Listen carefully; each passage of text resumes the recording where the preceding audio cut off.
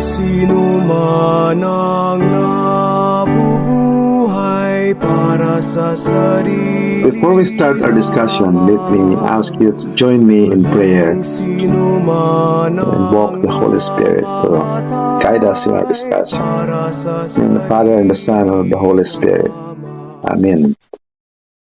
Come, Holy Spirit, fill the hearts of your faithful, and kindle in us the fire of your love. Send forth your Spirit, and they shall be created, and you shall renew the face of the earth. Lord, help us in our discussion, guide us. Lord Jesus, we trust in you. In the Father, and the Son, and the Holy Spirit. Amen. Hello. Good morning, good afternoon, and good evening sa inyong lahat saan man kayo naroon. Ito na naman po si Mark Orculio dito po sa ating journey in studying catechism.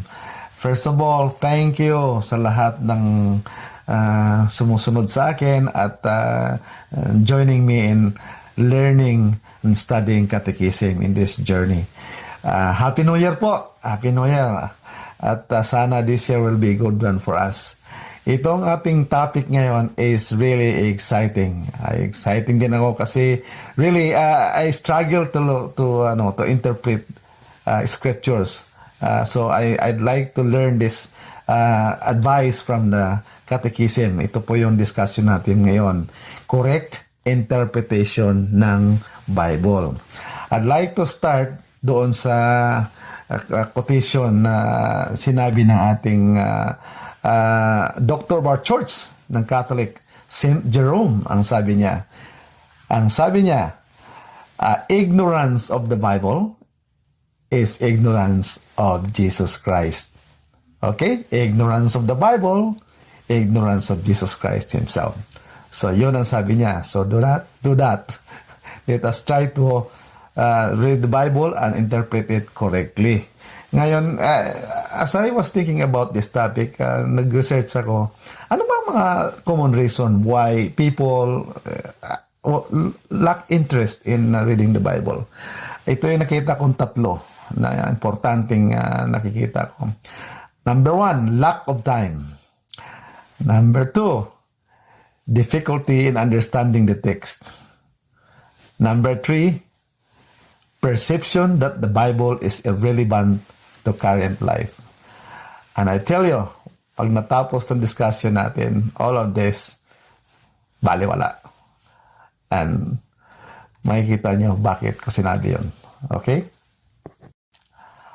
Okay, tuloy po natin yung ating discussion sa ating correct interpretation ng scriptures.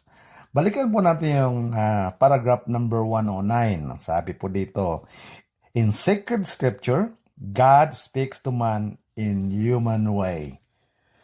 To interpret scripture correctly, the reader must be attentive to what the human authors truly wanted to affirm and to what God wanted to reveal to us by their words. So, ang ibig po sabihin nito, meron pong dalawang author ang sacred scriptures.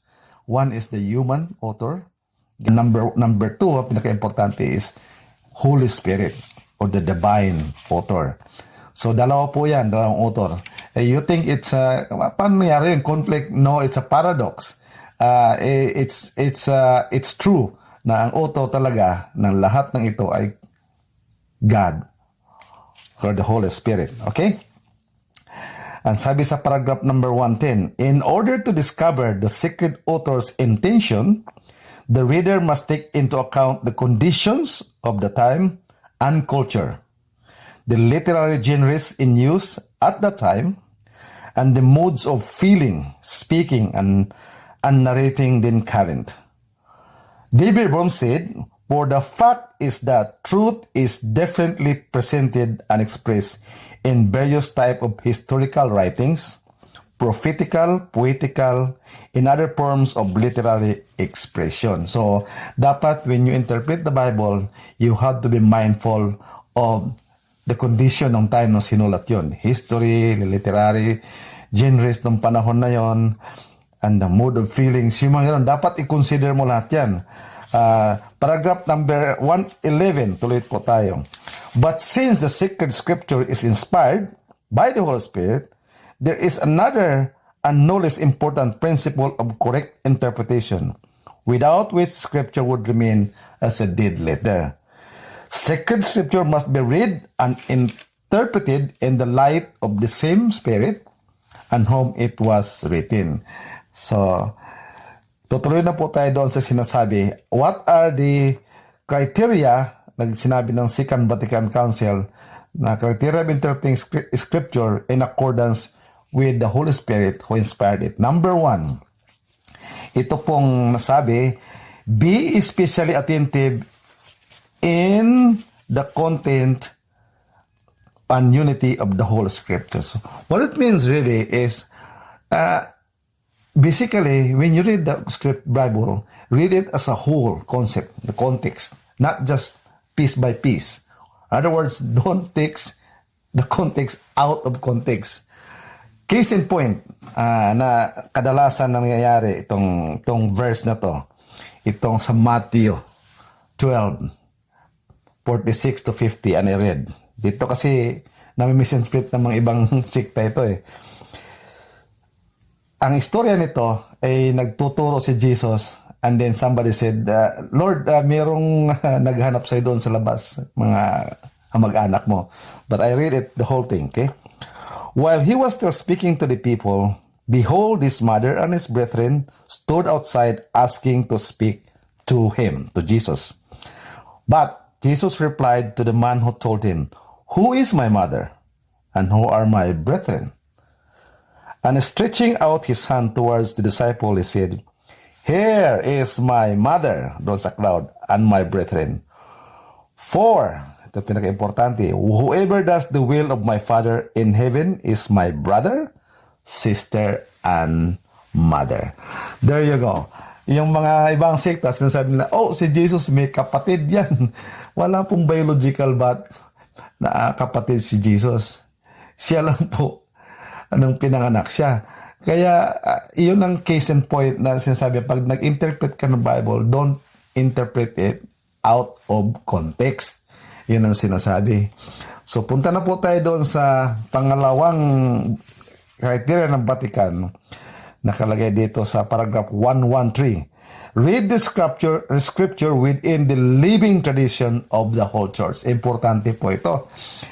Read it with the scripture with the living tradition. Kasi, alam mo yung Bible, hindi naman po yan nahulog na lang sa langit, Bible na. Ang pinagmulan po niyan is living traditions. That means, yung divine revelation transferred sa apostles and the apostles to the bishop and then to us. So, it's instituted by God. Hindi ito gawa-gawa ng tao, yung mga living tradition. Case in point, sinasabi rin dito remind tayo ni St. Paul sa kanyang sulat sa 2 Thessalonian. Ang sabi dito, verse 15, therefore, brothers, stand firm and hold fast to the traditions that you were taught, either by an oral statement or by letters of ours. So, importante po yung tradisyon. Kasi, yung iba kasi mga sikta, iba natin mga kasamaan sa born again, mga kapatid, Bible lang ang kanilang binabasihan. Hindi po. Case in point, itong tradition, living tradition, ang interpretation ng Eucharist. Ang Catholic po interpretation ng Eucharist doon sa reading na yon, it's actually, the Eucharist is Jesus Himself. Ito yung divine, soul, and divinity. Siya mismo yun. Pag tinake natin sa Eucharist, siya mismo yun. Si Jesus mismo. Whereas, ang mga iba nating kapatid, sabi na, it's only symbolic. No. Hindi po symbolic. Tinuro po yun ni Jesus sa Last Supper. Sinabi niya, do this in memory of me. So, maliwanag po yon. So, pag nag-interpret tayo, dapat hindi lang scripture, dapat may living traditions. Okay? So, pangatlo, ang sabi dito sa Catechism book, sa paragraph number 114, be attentive to the analogy of faith. What it means really is, we mean the coherence or consistent of truth of faith among themselves and within the whole plan of revelation. So pag nagbasa po kayo ng Biblia, pag kayo interpret, be attentive na kailangan ay coherent doon sa truth. Hindi contradicting doon sa ibang text ng Bible. Kasi pagka contradicting, hindi yan ang interpretation yan.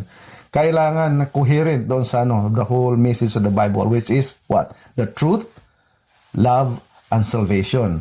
Case in point, itong sampulan ko kayo, itong pag-interpret ng Bible sa aking pananaw, itong sa case ng prodigal son, na sinasabi dito ng prodigal son sa verse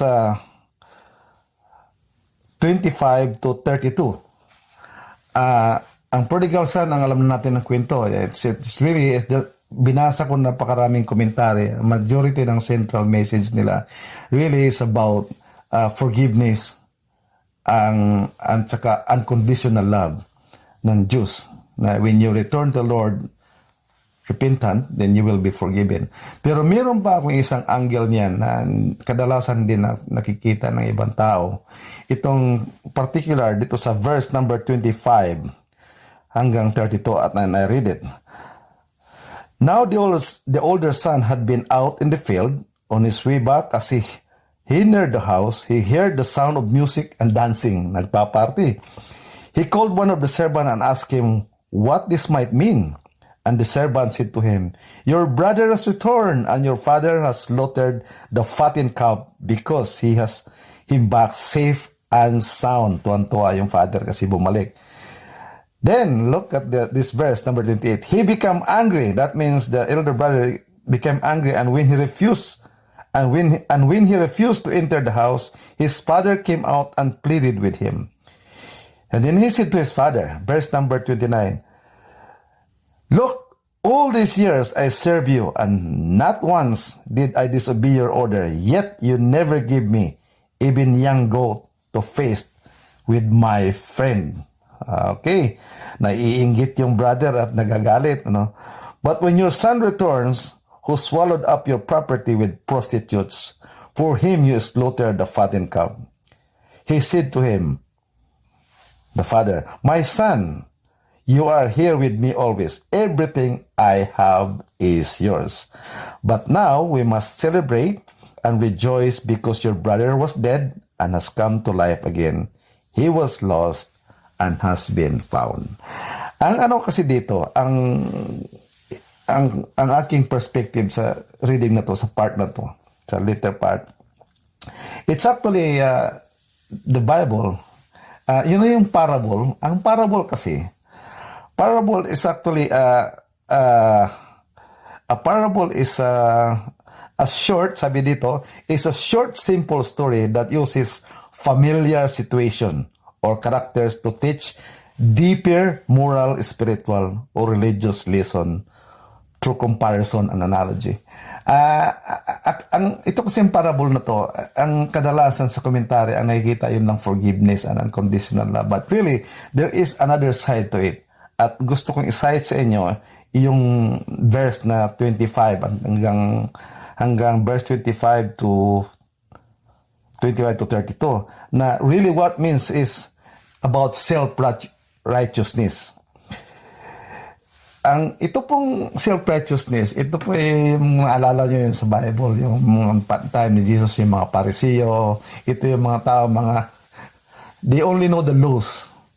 They're all correct all the time with the laws, but they don't have any compassion. Marami tayong bago na mga Pariseo, nandyan, nagsiserve sa simbahan, nagro-rosary, lahat nagno-nobina, laman ng simbahan, mga elders sa community. Alam nyo, ang sabi po dito, the older brothers embodies the religious elite who follow the rules but lack compassion, illustrating that outward obedience doesn't guarantee right relationship with God. Hindi ibig sabihin tayo nagsisimba lagi, tayo nagsiserve, tayo nanunubina, tama na yung correct na tayo sa ating relationship. Ang importante po, dapat meron kang compassion. Okay? Kasi yung kapatid na nagagalit, ang nakikita lang niya sarili niya. You have to go deeper than that. You have to be able to love your brother in spite ng kanyang weaknesses. Yun pang message noon. Not just being self-righteous, you have to be compassionate. Okay?